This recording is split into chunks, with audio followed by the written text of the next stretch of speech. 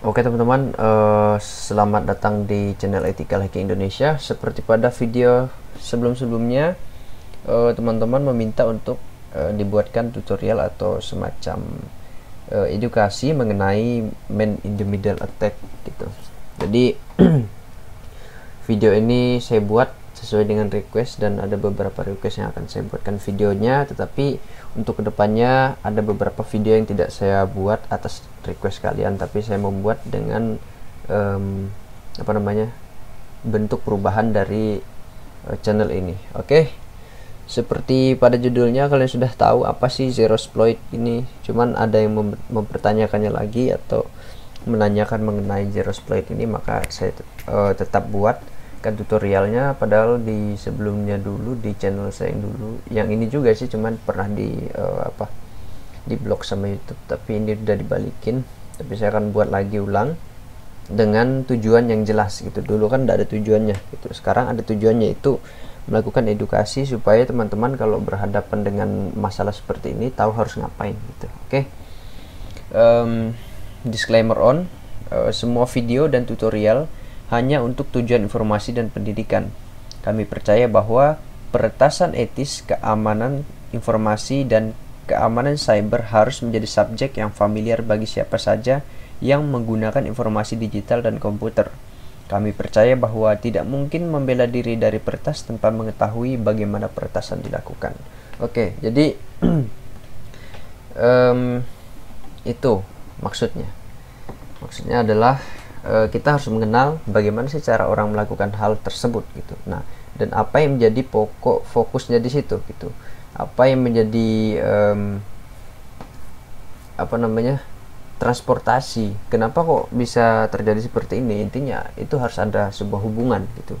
Hubungan yang akan menjalin, maksudnya dari komputer seorang peretas atau seorang attacker langsung ke HP atau device-device kita. Jadi tanpa berpanjang lebar, mari kita membuatnya. Yang pertama, saya tidak akan memberikan tutorial bagaimana cara menginstalnya, karena ini sangat mudah sekali gitu.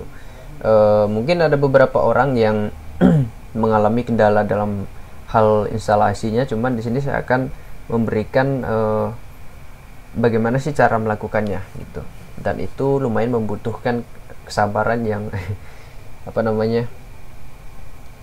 ekstra gitu, karena kita harus menghapusnya satu-satu. Tapi kalau teman-teman sudah tahu tekniknya menggunakan Vim, ya itu mudah aja gitu, tinggal di blok aja. Oke, Zerosploit is penetration testing toolkit whose goals is to perform man in the middle attack for testing purpose.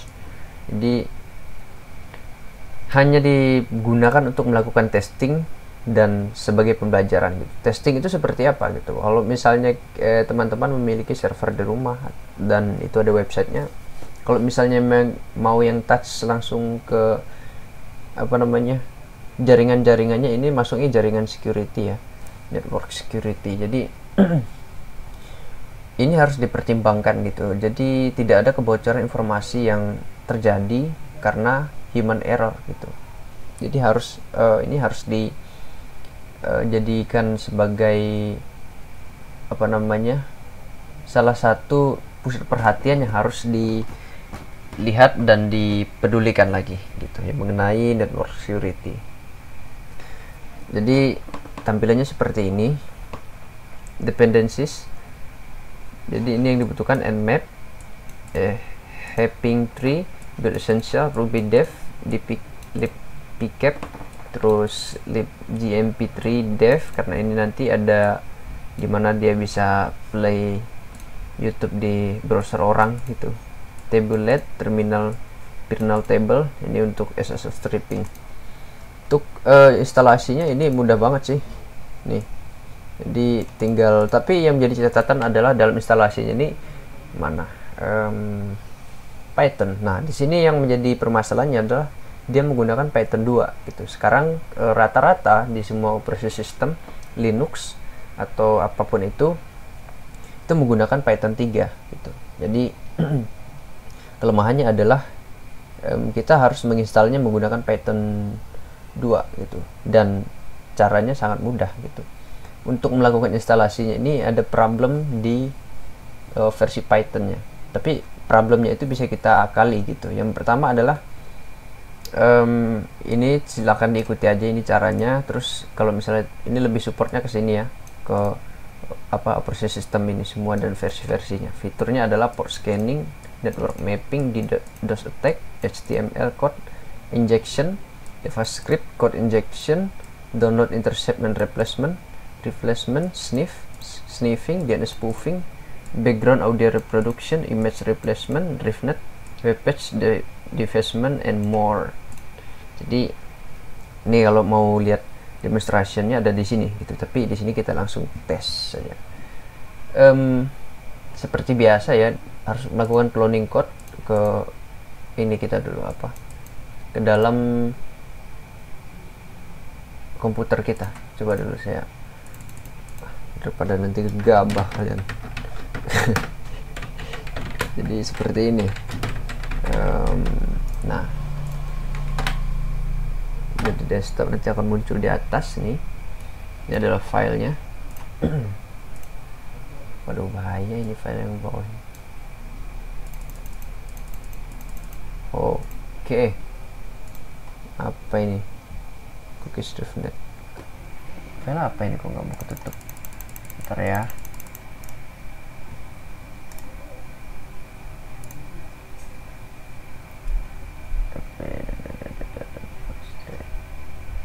Sisa yang tadi kita turunkan aja ya. Oke. Kita langsung masuk aja ke direktorinya di Zerosploit. Lalu bisa di sini bisa dilihat cara nginstalnya seperti ini. Tapi kalau mau run langsung juga bisa. Misalnya seperti ini. Bash run. Nah, jadi seperti Zerosploit must be run as root. Jadi harus pakai akses istimewa. Nah, ini sudah bisa running ya, karena saya sudah melakukan instalasi juga dalam komputer saya. Jadi langsung aja kita buat. Lalu kita lihat listnya dulu seperti ini. Ini kan list file-filenya ya, ini harus dilakukan Python. Harusnya kalau misalnya kita pakai yang distribusi defaultnya itu sudah Python 3, tapi di sini kita buat langsung. Nah, dia melakukan tapi terjadi error gitu. Errornya di mana kita tidak bisa memilih di sini karena raw input. Nah, ini adalah kata kuncinya, kata kunci dari errornya gitu. Jadi perbedaan errornya ini ada terjadi karena perbedaan ini. Raw inputnya ini kalau di Python 2 itu harus pakai raw input, tapi kan di defaultnya pembawaan Kali Linux ini dipakai Python 3. Yang harus kita lakukan apa? Bedanya cuma di raw aja. Jadi hapus dari raw, dari yang tanda bawah ini, hapus sampai ke raw ini. Intinya cuma ada input saja gitu. Jadi bagaimana cara melakukannya? Coba kita leave pad, baru install. Nah, kita tunggu di sini, baru kita cari raw-nya. Aduh, salah. Raw input. Aduh, salah. Nah, search string not found. Dia nggak ada di sini, berarti dia berada di file selanjutnya yang dieksekusi. Apa itu filenya? Nah, berarti di sini Zerosploit. Coba kita masuk ke sini, Zerosploit, VS Code. Mana VS Code saya? VSC. What the hell? Terus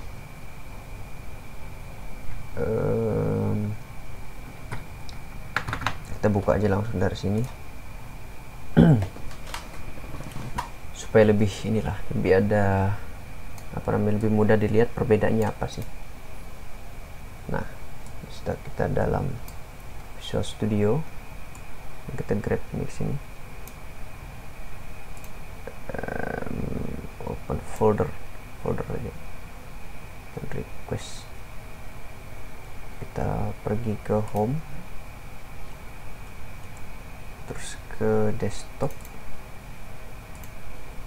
Oke.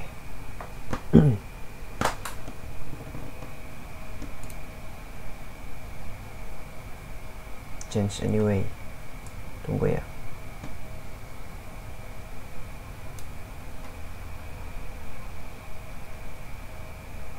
Trust. Nah, di sini bisa kita lihat langsung aja di terminalnya. Kita sudah tahu perbedaannya adalah di di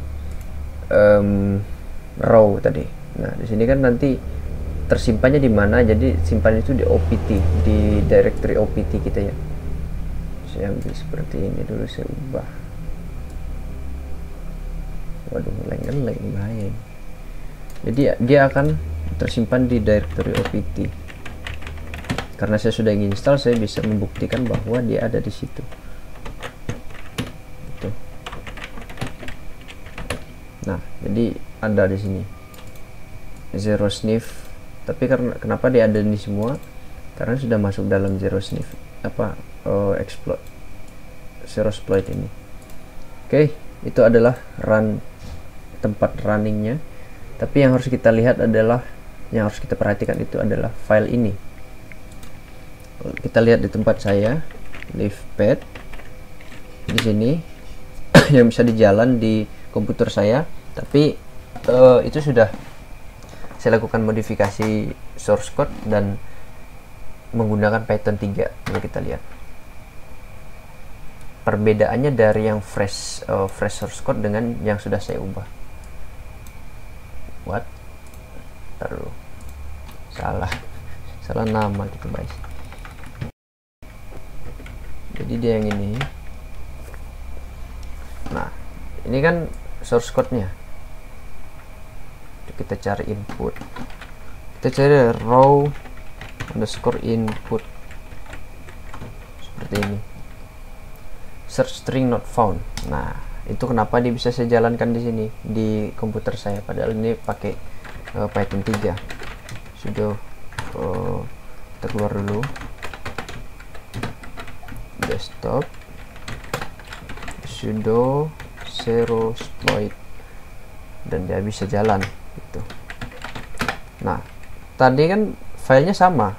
Coba kita lakukan lagi pengecekan di sini. Kita tekan F, find row underscore input. Nah, ini masih ada, makanya terjadi hal itu.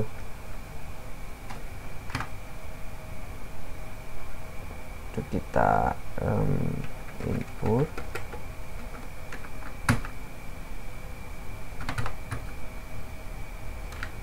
dan kita lihat di sini ada sekitar 30 ya, sekitar 30 file, dan itu harus diubah oleh teman-teman. Kita next match. Nah, ada lagi di sini, ada lagi di bawah, ada lagi di bawah, ada lagi di bawah. Jadi setiap fungsinya ada row ini, dan itu harus kita ganti dengan input. Kenapa kita harus ganti? Karena dia itu adalah sintaks atau perintah dari Python 2. Sini kan kita lihat Python Python 2, tapi ini sih tidak jadi masalah gitu. Ini lebih masuk ke environmentnya masuk kalau dalam bin itu langsung bisa dieksekusi menggunakan Python yang langsung dari CLI nya. Oke, langsung kita proses. Saya keluar dulu, saya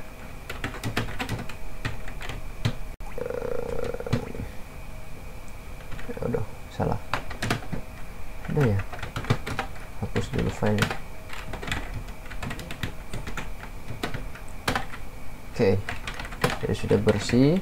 Kita langsung masuk aja sudo zero exploit. Nah, di sini yang harus kita pahami juga sih tentang penggunaan toolsnya.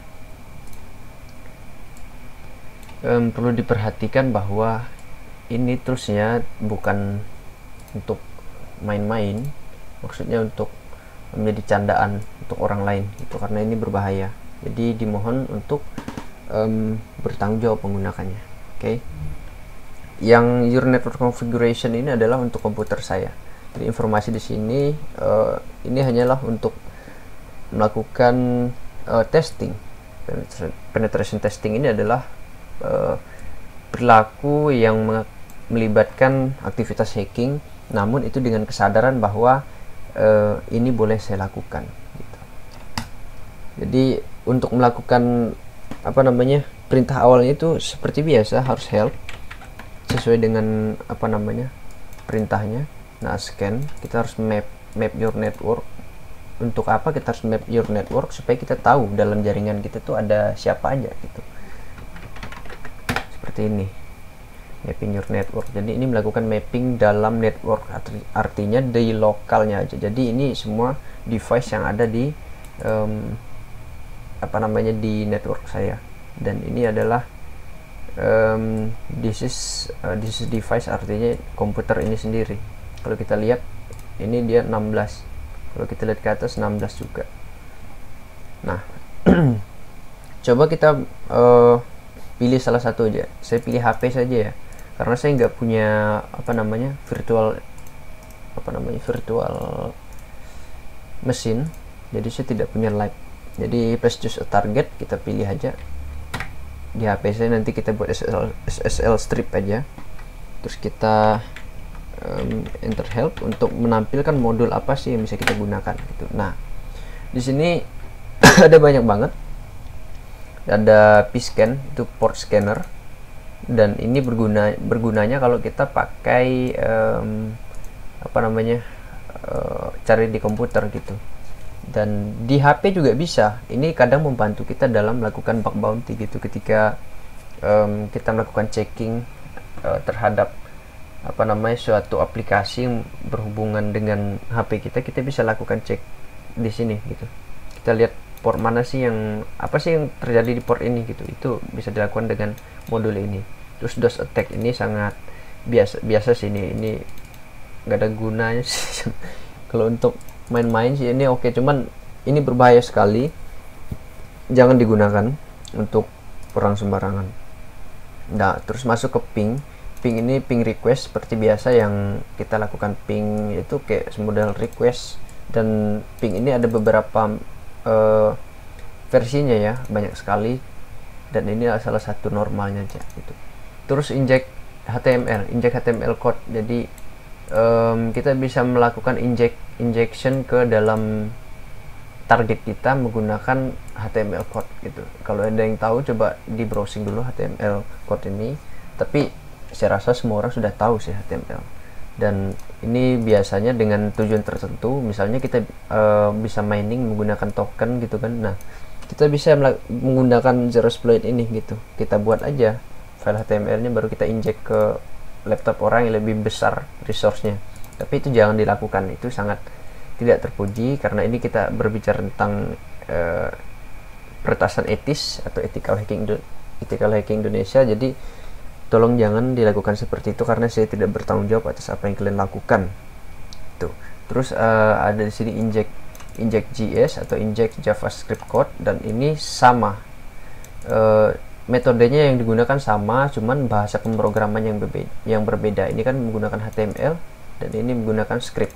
Tapi kalau HTML ini kan front end, karena ini back end ya, saya lupa. Sepertinya sih back end.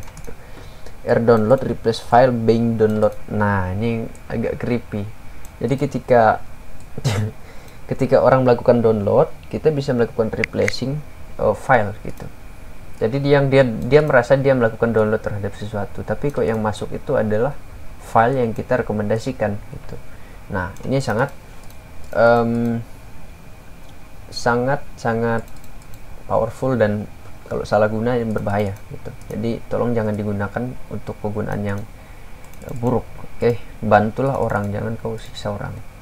Terus sniff capture information inside the network package. Jadi ini dari paket networknya atau paket jaringannya itu ditranslasikan atau ditranslate ke dalam teks atau string yang bisa kita baca, dan itu berupa informasi yang berguna gitu. Dan ini kalau kita tidak boleh diucapkan sih di sini, itu sangat, orang bisa lihat kamu buka apa gitu di dalam satu jaringan. Terus DS spoof redirect all the HTTP traffic to the specified one IP. Nah, ini adalah hal yang kadang-kadang orang itu nganggap remeh gitu dalam hal phishing, itu dalam pengalihan ini gitu. Jadi orang biasanya berpikir bahwa kalau link yang digunakan untuk phishing itu adalah link yang berbeda dari yang aslinya. Tapi kalau pakai DNS spoof ini, dia akan terlihat seperti link asli. Bukan terlihat, tapi iya terlihatnya aja seperti link asli, tapi di dalamnya itu dia berbeda gitu. Misalnya facebook.com misalnya seperti ini. Biasa kan orang ngira bahwa ini tuh dimodifikasi jadi g1thub.com, tapi kalau dalam DNS spoofing itu dia tidak seperti itu. Dia langsung bisa github.com, tapi dia trafficnya dilakukan spesifik arahkan ke satu IP. Nah, satu IP ini dia masukin ke data IP yang kita sudah arahkan, dan ini data yang sebenarnya kita dapatkan dari github.com itu sebenarnya tidak sama dengan server aslinya, tapi dari IP ini. IP ini adalah berupa representasi dari server gitu, dari alamat server. Terus ini ada yplay, play background sound in target browser, dan ini sama, ini biasa sih gitu. Maksudnya ketika orang buka website, kita bisa putar apapun di background sound browsernya dan dia mungkin kaget gitu. Terus replace all web page image with your own one. Jadi ketika kita buka seperti ini, jadi ini kan ada foto-foto seperti ini nih, foto-foto yang tampil seperti ini dalam bentuk foto, ya dalam bentuk foto apalagi kampret. Dalam bentuk seperti ini, dan itu bisa kita replace, jadi menggunakan cuman satu aja sih, satu gambar gitu. Misalnya kalau temanmu lagi buka website apa gitu kan, nah itu jangan. Nah, itu kita bisa, ini kan besar nih gambarnya nih, kamu bisa ganti gambarnya gitu. Misalnya di coffee shop gitu kan, temanmu lagi buka misalnya Kemendikbud gitu, kamu bisa ganti ini gitu. Tapi jangan bro, berbahaya. Jadi DriftNet, view all image request by your target. DriftNet ini kalau misalnya dia buka website seperti ini,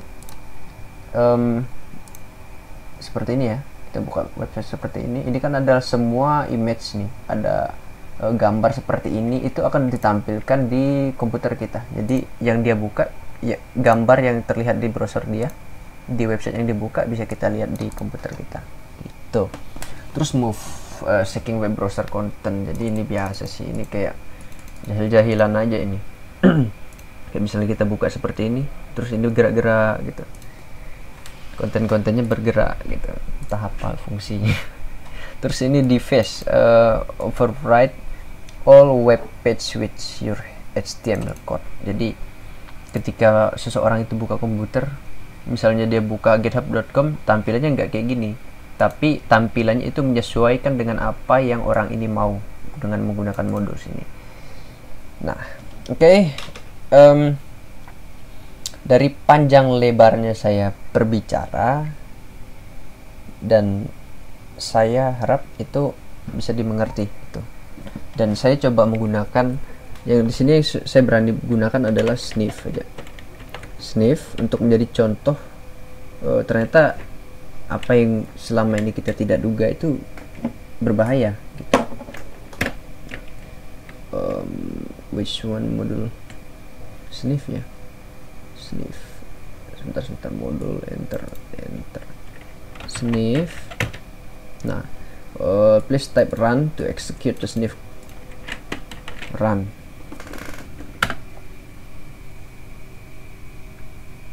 Kita run. Dan do you want to load SSL strip? Nah, ini penting untuk kita lakukan load ini, karena ini untuk mengetahui bahwa terjadi roll data gitu. Kita coba gunakan ya. Nah, jadi di sini all log are saved on opt 0 split ne 0 sniff gitu. Stop item attack. What happened? Serve on, terus targetnya ini. Do you want to save log? No. Log have been removed. Oke, kita run dulu. Kita run. Sepertinya ini karena tadi ada double ya. Nah, yang seperti ini nih yang buatnya. Oke, jadi intinya ketika kita sudah melakukan pemilihan target di sini, ini karena jalannya ada berapa ini punya saya. Nah, dia kurang lebih seperti ini gitu. Data-datanya. Data-data yang kita dapatkan itu kurang lebih seperti ini gitu.